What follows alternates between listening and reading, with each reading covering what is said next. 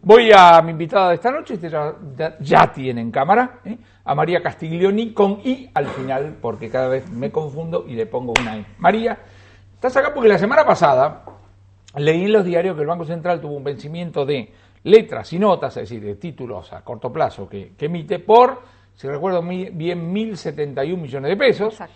Y para cubrirlo dijo, en vez de sacar plata del bolsillo, ¿qué tal si me vuelven a prestar? Las operaciones no son iguales, no es que al tipo que le estaba por vencer dice, en vez de pesos te voy a dar un nuevo título, sino que yo te doy pesos, pero emito otro nuevo título.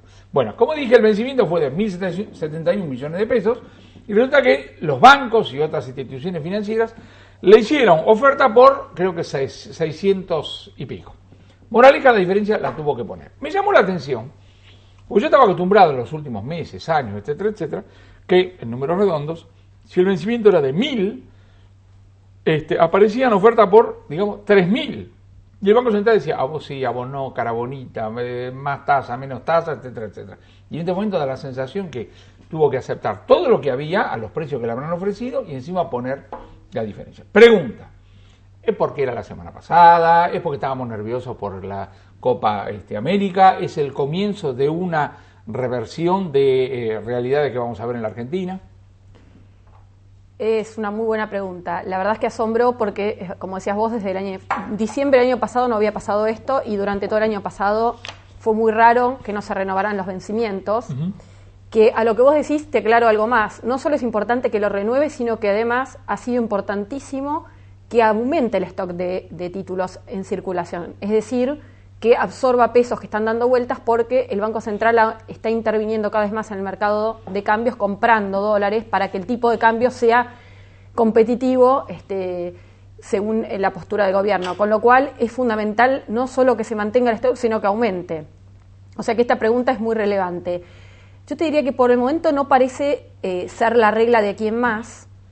Hasta ahora, de hecho, en el primer semestre ha cancelado y ha ampliado el stock de títulos en más de 20.000 millones, o sea, 2 veces y media lo que pasó en el mismo periodo del año pasado, o sea, récord, y ha podido absorber muchísimos pesos circulando, y ha mantenido el Banco Central tasas de interés bastante bajas y se colocó en títulos a tasa fija y no a tasa variable, o sea, menos riesgo, con lo cual, por el momento no parece ser de preocupación, más bien parece una situación de liquidez transitoria, que en general se da más en mayo y junio cuando todos los bancos están con liquidez por los vencimientos de ganancias de las empresas. Me viniste con argumentos históricos, me viniste, mire el pasado, y yo digo, para.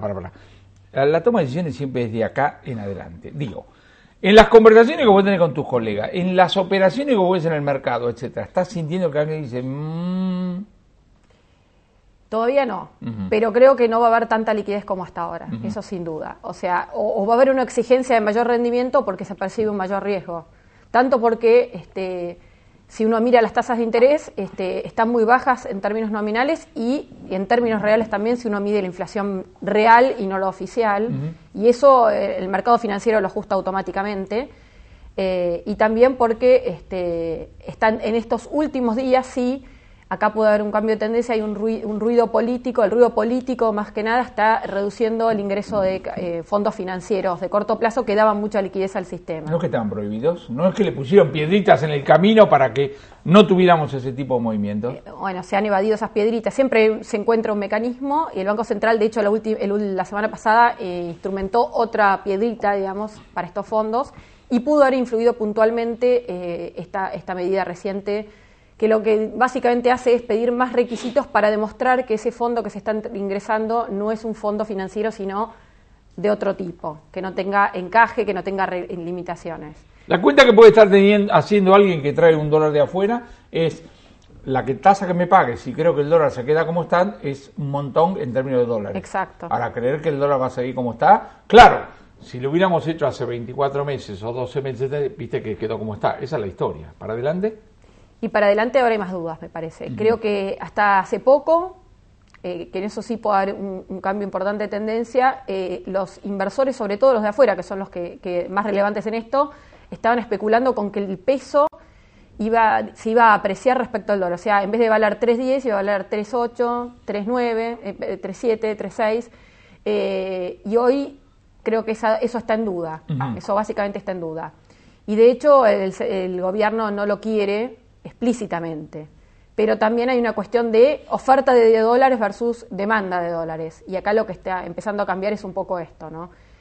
¿Cuánto va a ser la oferta real de dólares? Desde el punto de vista comercial, por un lado, que acá afecta negativamente, no solo que podemos tener una caída de precios de commodities que por ahora no se está dando, sino porque estamos importando cada vez más en cantidades y todo esto va a deteriorar el balance comercial. ¿Por qué estamos importando cada vez más? Y en parte porque hay cosas que no podemos producir acá, por problemas energéticos, por ejemplo, muchos productos intermedios o industriales se están importando directamente.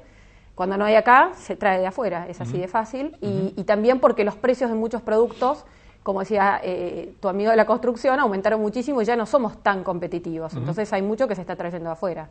Es un mix de problemas o restricciones de capacidad y de competitividad, ¿no? En algunos productos puntuales. Vos decís, el ruido político genera menos oferta de dólares, más demanda de dólares, etcétera, etcétera. Ahora, ese ruido político podría descontar que el próximo gobierno sea peor que este, pero también podría descontar que fuera igual a este o mejor que este.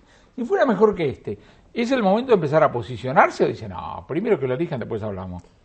Creo que hay muchas decisiones que tienen que tomarse, me parece que habría que esperar un poco. Me parece que en este momento no está muy claro el panorama. Sí, sin duda puede ser mejor que este, pero hay muchos temas que resolver, como dijimos recién. O sea, problemas energéticos que no se resuelven de un día para el otro, ni mucho menos, por más ganas que tengamos. Muchos problemas de presiones salariales cada vez más fuertes, que hay que manejarlas y no son fáciles. Así que me parece que hay que esperar un poco. El otro día, o hace unas semanas en rigor, una nueva reunión de técnica en el Banco Central, vinieron otros presidentes del Banco Central, ¿viste? Se reúnen los presidentes del Banco Central y los presidentes del Banco Central la emisión mucho no les gusta, dicen, no, tened cuidado, ¿por qué no bajás el dólar? No, de ninguna manera. Gran discusión, enorme conflicto con el mundo particularmente industrial, porque hoy, como se sabe, la protección es cambiaria, no digamos así, arancelaria. Entonces, la pregunta que hace un industrial es, bueno, ¿cuál es el problema de que el Banco Central siga emitiendo títulos para absorber, digamos, los pesos que genera cada vez que compra dólares? Tiene los dólares, cuando le vuelvan a pedir los dólares, ahí tiene los dólares. ¿Cuál es el problema? Bueno, por un lado, en la medida que tiene cada vez más títulos, que son pasivos, tiene que pagar una tasa por esto, no es gratis. Y en la medida que necesite cada vez más pesos, o digamos, colocar más títulos y absorber más pesos, el mercado le va a pedir más rendimiento. Porque empieza a ver que ya no es tan fácil y bueno, si vos necesitas absorber pesos, yo te voy a exigir un premio mayor. Eso por un lado, esto puede deteriorar el balance del Banco Central. Y hay otro tema que es, con esos dólares, ¿qué ganancia puede tener el Banco Central para poder pagar estos intereses? Y hoy por hoy ha podido mantener una buena rentabilidad porque las tasas han estado altas, pero eso es un signo de pregunta, ¿no? Ahora, este gobierno, escúchame, hace cheque para camisa, hace cheque para los taxis, hace cheque para los colectivos, hace un cheque ahí para el Banco Central por la diferencia o no. ¿O estamos hablando de cifras escalofriantes?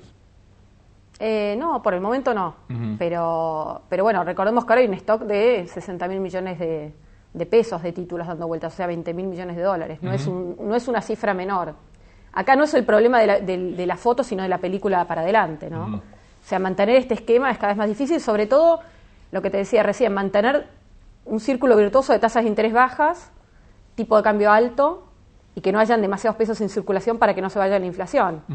Y acá hay otro punto, que es que las metas que el Banco Central hace ahora de cantidad de dinero, que lo llama agregados monetarios M2, o sea, billetes que tiene la gente y depósitos a la vista, está en función de la inflación y de un rango de inflación oficial. Y según este rango se está cumpliendo sin problemas el programa monetario.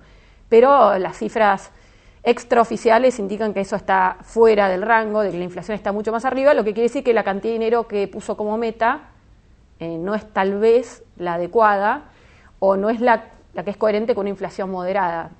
O sea, en otras palabras, habría que absorber mucho más del que se está absorbiendo. Y eso parece complicado. ¿Vos sos licenciada en Economía? Sí. ¿De qué año? ¿Graduada en qué año? 95. 95. ¿Qué universidad? UCA. UCA.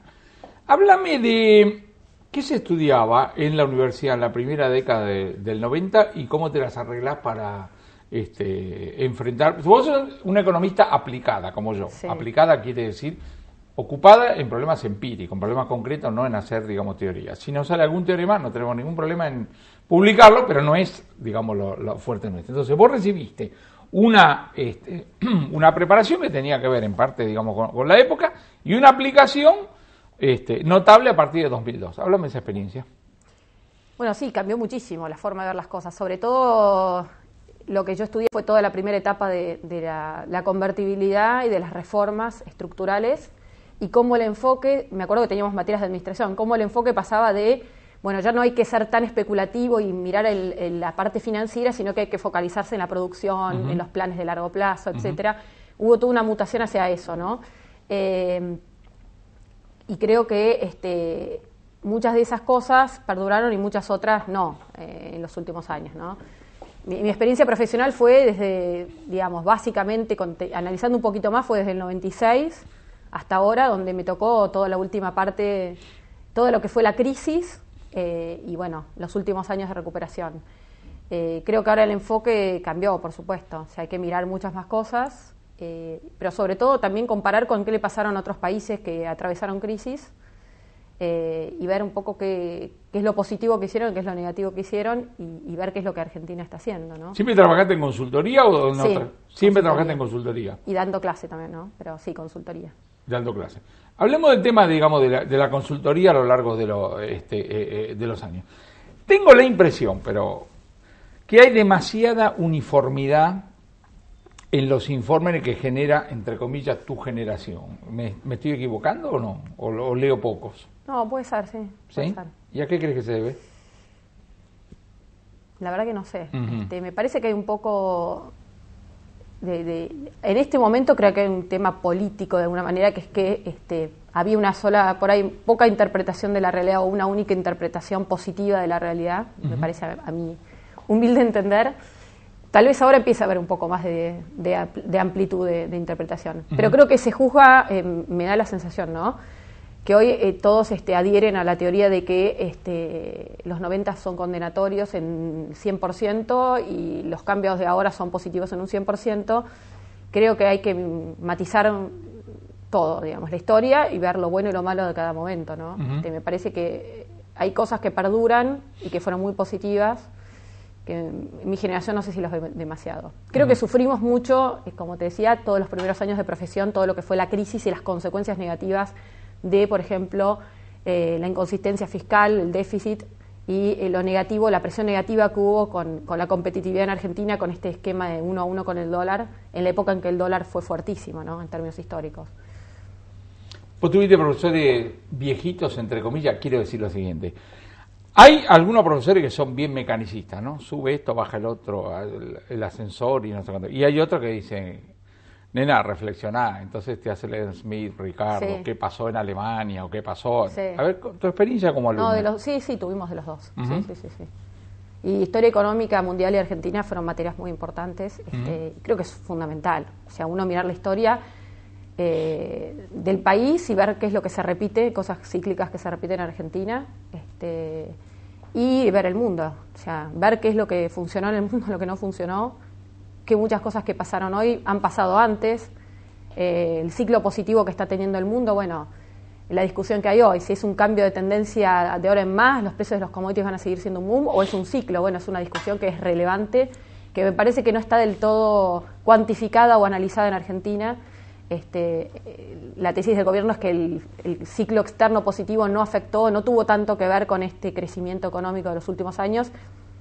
Hay otras teorías que dicen que sí, a mí me parece que tiene y habría que evaluarlo bien cuánto tiene, porque es fundamental, como hacen otros países emergentes que uno estudia, ver cómo podemos aprovechar en las vacas gordas para tener fondos para los momentos de vacas flacas. Ahí el nivel, como siempre ocurre en la Argentina, el nivel de politización y entusiasmo de ese debate es grandísimo. El gobierno dice, no, es papá, y los otros dicen, no, es el mundo. En realidad es una proporción. Exacto. Ahora, yo dentro de ese debate diría que el impacto que tiene esa evolución mundial para nosotros tiene mucho que ver con China. Digamos que yo discutiría China, sí, más que el mundo, digamos, en su conjunto. Porque referido al mundo en su conjunto diría, muchachos, el crecimiento cíclico, no le demos más vueltas. China, si está en una transición, te puede dar un aire sí, completamente diferente en términos del calendario, porque una transición no quiere decir que dure 10 días. Los chinos pueden dar una transición de medio siglo, porque estamos incorporando nada menos que el 20% de la población mundial, digamos, al siglo XXI en los capitales, etcétera, etcétera. Ahora, vos mencionaste una cosa muy importante, que es, bueno, hay que seguir la experiencia de los otros países. ¿Y cómo seguir la experiencia de los otros países? Alternativa. Me paso el día con la nariz a menos de 3 centímetros de internet, viajo, leo, escucho. ¿Qué es lo que haces para saber qué es lo que pasa en los otros países? Bueno, hay que hacer un poco de todo, me parece a mí. Y las discusiones, como decías vos, cuando vienen de otros bancos o de los banqueros centrales de otros países a contar sus experiencias, creo que son importantísimas, porque todos los países emergentes tenemos un denominador común, que es justamente ser vistos como volátiles, sujetos a las especulaciones de los capitales, y los capitales a la vez son una herramienta fundamental en el desarrollo y en el financiamiento, o sea que no hay que dejar de ver eso. Creo que las experiencias y el intercambio con los que toman decisiones en estos países es importante. Creo que es fundamental que lo hagan los políticos también, escucharlos por lo menos, y leer también y ver los números, ¿no? Ver los resultados. Si uno lee experiencias exitosas o países que han reducido la vulnerabilidad, como Chile, bueno, Chile es un caso espectacular, pero bueno, ¿en qué ha basado sus decisiones? Y ojo, cada país mirando también cuáles son sus conveniencias y sus, digamos, fortalezas y debilidades, que no son las mismas en un país que en otro. Chile no tiene el mismo esquema que Argentina ni que Brasil. Tiene un país con mucha menos población, tal vez menos recursos naturales, pero tiene claro cuáles son sus ventajas, buscó nichos y tomó decisiones en base a eso. Creo que cada país tiene que en eso mirar para adentro, ¿no? Y estudiar.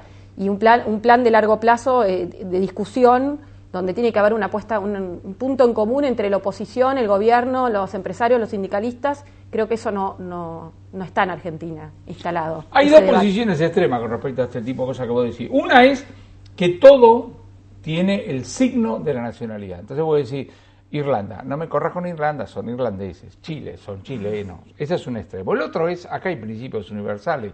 Tenés que ir, lo hicieron bien, tráelo para acá, digamos, y lo copiamos. Probablemente la realidad o la sabiduría está en algún punto intermedio. Seguro. ¿Qué decís? Seguro, yo creo que sí.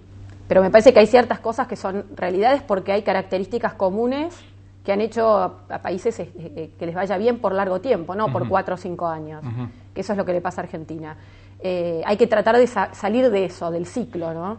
De consumirnos todo en momentos buenos y estar con grandes recesiones y crisis de todo tipo, con pobreza, desempleo, inflación, déficit fiscal, de todo un poco. Y hay principios comunes que son fundamentales. Y que los miden, hay distintas formas de medirlo, de verlo, pero básicamente tienen que ver con las reglas y el clima de competitividad, el clima de inversión, que implica respetar las leyes, implican muchísimas cosas más allá de números económicos y excede a la economía. Eso tiene que ver con la política económica, con la justicia, con muchas cosas que van más allá de, como te decía, del ámbito económico. ¿Sos profesora o fuiste profesora? Soy. ¿Sos? ¿De qué? De teoría macroeconómica. Teoría macroeconómica. Y bueno, ahora estamos dando un curso de economía también para abogados. Para abogados. La UCA. Teoría macroeconómica. A futuros licenciados en economía. ¿No? Claro. ¿Y qué le enseñás? Y como la materia lo indica, hacemos un repaso por las distintas teorías económicas.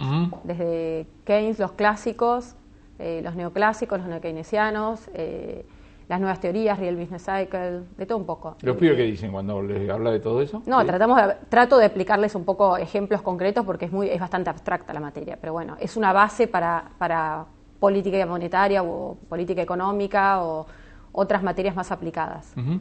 Creo que ahora, a diferencia de la convertibilidad, tal vez tengan más interés, más inquietud, porque está la discusión de si haciendo una política expansiva logramos más actividad o reducir el desempleo o no, y todo este tipo de discusiones son por ahí se pueden más palpables para los chicos, ¿no? O si hay ilusión monetaria o la teoría cuantitativa del dinero, cuánto pega, si el gobierno emite dinero, cuánto impacto tiene sobre la inflación, cuánto sobre la actividad. Eso creo que es un tema que tal vez les atrae un poco más, aunque lo siguen viendo como algo abstracto, ¿no? Me hiciste acordar cuando hablabas de tu época de estudiante, primera mitad de la década del 90, cuando, en comparación con la década del 80, el gerente de finanzas de la empresa dejó de ser la estrella. Exacto. Y empezaron a haber otras estrellas, el gerente de ventas, gerente de recursos humanos. Como en este momento sería la superestrella el gerente de energía, que se volvió el todopoderoso y dice, a vos sí, a vos no, a coste corto, vení mañana, etcétera, etcétera. Así que siempre estamos saltando, digamos, de una a la otra. Y la otra